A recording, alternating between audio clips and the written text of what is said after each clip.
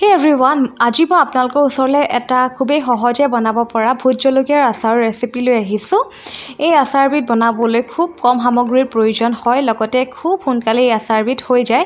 মানে ধৰি লওক মাত্ৰ 10 মিনিটত আপোনাৰ আচাৰ ৰেডি। তেন্তে দেৰি নকৰি আজি আচাৰৰ ৰেচিপিটোলৈ আগবাঢ়ো। পোনপ্ৰথমে মই কলা আৰু বগা দুয়োবিধ সৰিয়হ সমপৰিমাণে লৈ ভালদৰে ধুই ৰ'দত শুকুৱাই লৈছোঁ।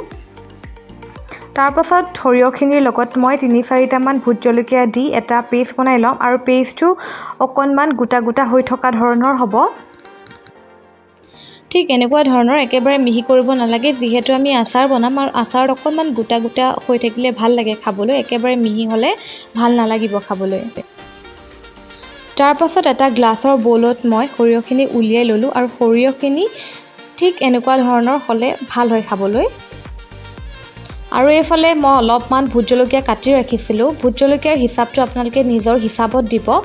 অকণমান যদি সৰিয়হ বেছিও হৈ যায় কোনো কথা নাই, সেয়া সম্পূৰ্ণ আপোনালোকৰ নিজৰ কথা, আপোনালোকে কিমানটো জ্বলা খাব পাৰে। ভোট জলকীয়াখিনি এড কৰাৰ পাছত ভোট জলকীয়া আৰু সৰিয়হখিনি ভালদৰে মিক্স কৰি ল'ব।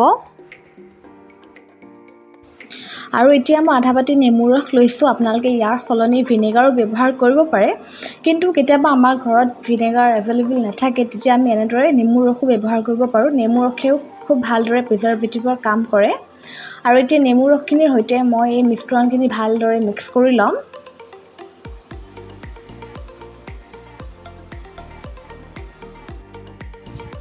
ভালদৰে এইখিনি মিক্স কৰাৰ পাছত ইয়াত এতিয়া আমি নিমখ দিম, আৰু নিমখ অকণমান বেছি হ'লেও কোনো কথা নাই।